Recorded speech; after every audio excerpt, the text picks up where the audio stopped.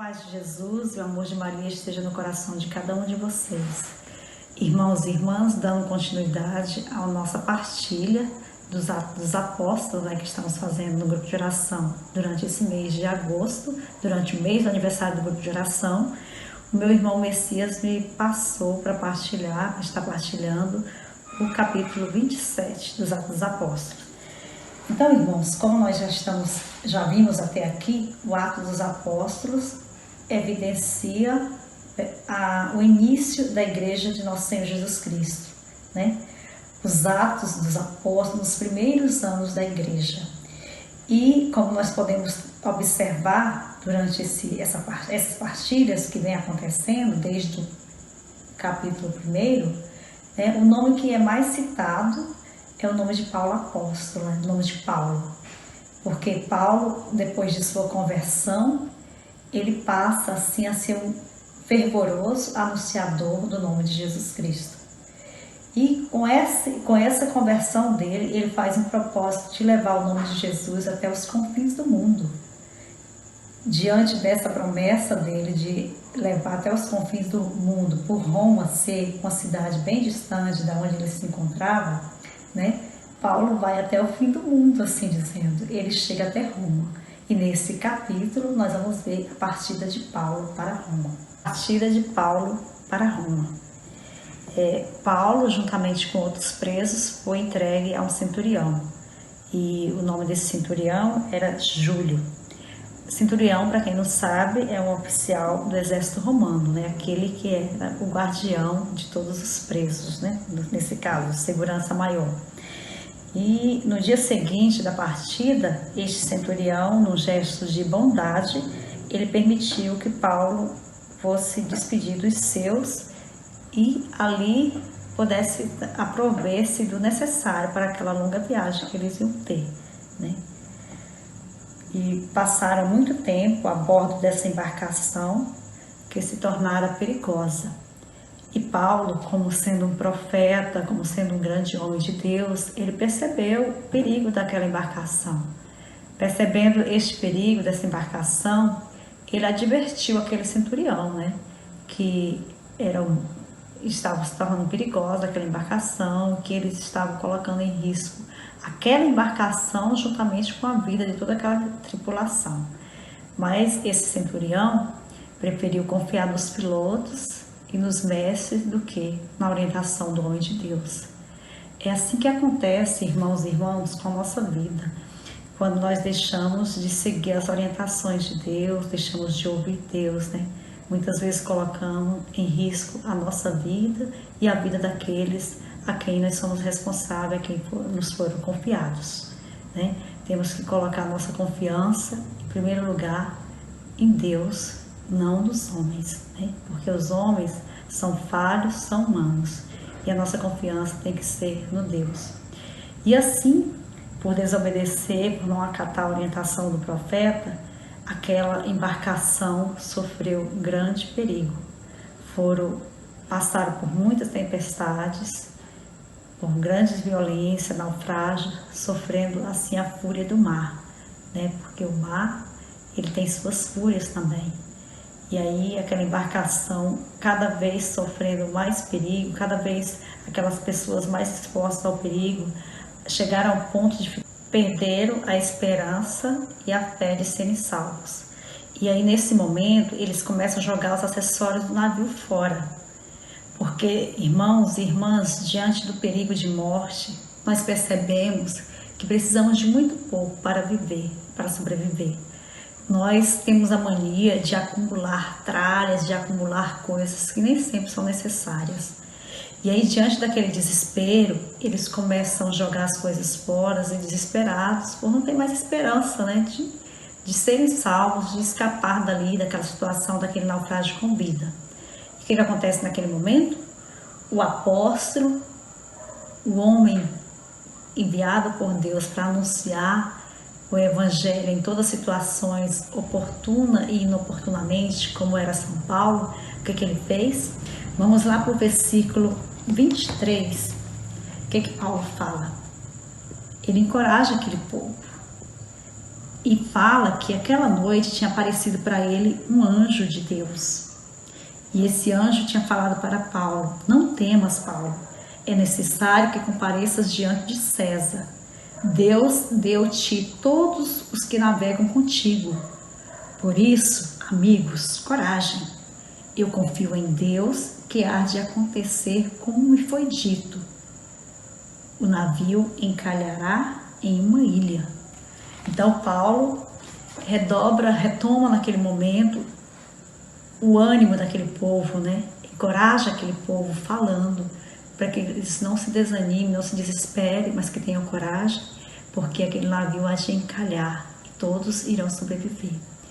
Irmãos, aquele povo estava há 14 dias sem comer, sem se alimentar, porque eles estavam já desesperançosos, que não tinham força nem para se alimentar.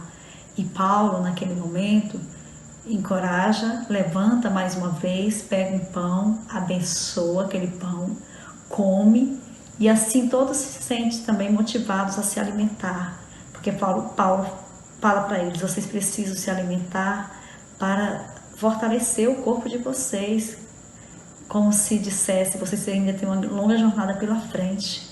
E aí aquele povo, naquele momento, se encoraja, se alimenta também.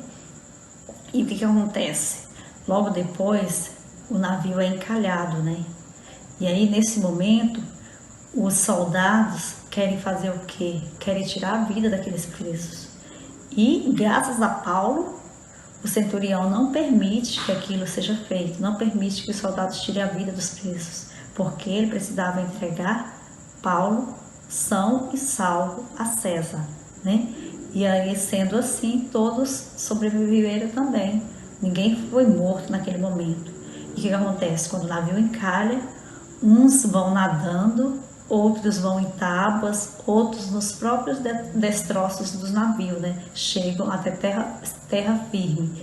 E nenhuma das pessoas perderam a sua vida, como o apóstolo de Deus havia anunciado. Confiar em Deus, no Deus a quem ele servia, no Deus que havia falado para ele através do seu anjo, que nada iria acontecer com aquelas 276 pessoas que a ele foi confiada naquele momento, naquela embarcação também. Finalizando, irmãos, esse capítulo, ele nos mostra a resiliência desse grande apóstolo de nosso Senhor Jesus Cristo. Essa capacidade que Paulo teve, né, de lidar com as adversidades, superar os obstáculos e não perder a fé e não desistir da sua missão. Eu agora entendo por que João Paulo II escolheu para o seu papado, para o seu ministério, esse nome de João Paulo II. Porque vendo a história do apóstolo Paulo e relembrando também nesse momento a história da qual nós fomos testemunha de João Paulo II, no século 20 e 21, nós podemos perceber que ele foi Paulo do século 20 e 21, porque ninguém andou por tantas terras como João Paulo II. Ele foi a muitas guerras, ele cessou tantas guerras com a sua presença, com a presença de Deus que ele representava aqui no meio de nós. Ele ia, denunciava, mas anunciava com muito amor e com muito ardor o nome de Jesus Cristo. João Paulo II, São João Paulo II, Paulo do século 20 e 21, que nós podemos conviver, tivemos a graça de ser abençoados por ele, tivemos a graça de receber a visita dele em nossa terra. Até o Brasil foi agraciado com a visita de São João Paulo II, o Paulo do século 20 e 21. Finalizo essa partilha deixando a música Peregrina do Amor, que retrata tudo o que João Paulo II foi e Paulo Apóstolo também.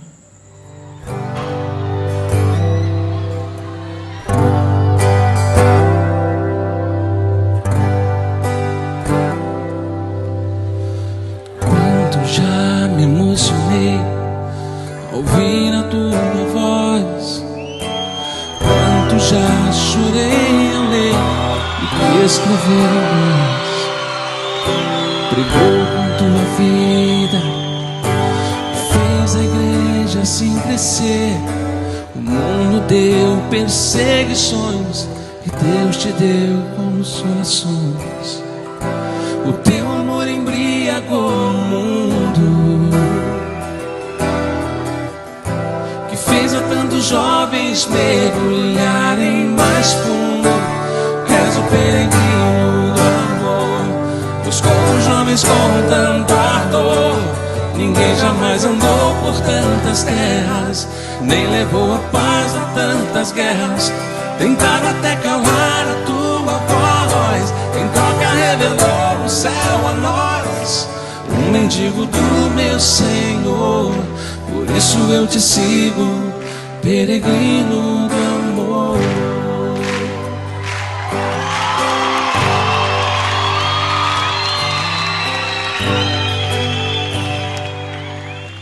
Olhando tua agonia, só posso imaginar que a própria Virgem Maria veio te buscar, e com os anjos te levou ao mais lindo lugar, e todos os santos lá estavam a te esperar. Foi por ter buscado a tantos jovens que em tua Páscoa a juventude veio a ti. És o peregrino do amor, buscou os jovens com tanto ardor. Ninguém jamais andou por tantas terras, nem levou a paz a tantas guerras. Tentaram até calar a tua voz, em troca revelou o céu a nós. Um mendigo do meu Senhor, por isso eu te sigo, peregrino do amor. Tão grande era a força do teu bem, que até os maus vieram e te buscaram também. És o peregrino do amor, buscou os jovens com tanto ardor. De tuas fraquezas não nos fez segredo, e deu a ordem pra não termos medo. A fé não está no corpo que se inclina, mas está na alma do que crê. Eu creio que és o nosso intercessor, por isso eu te sigo, peregrino do amor.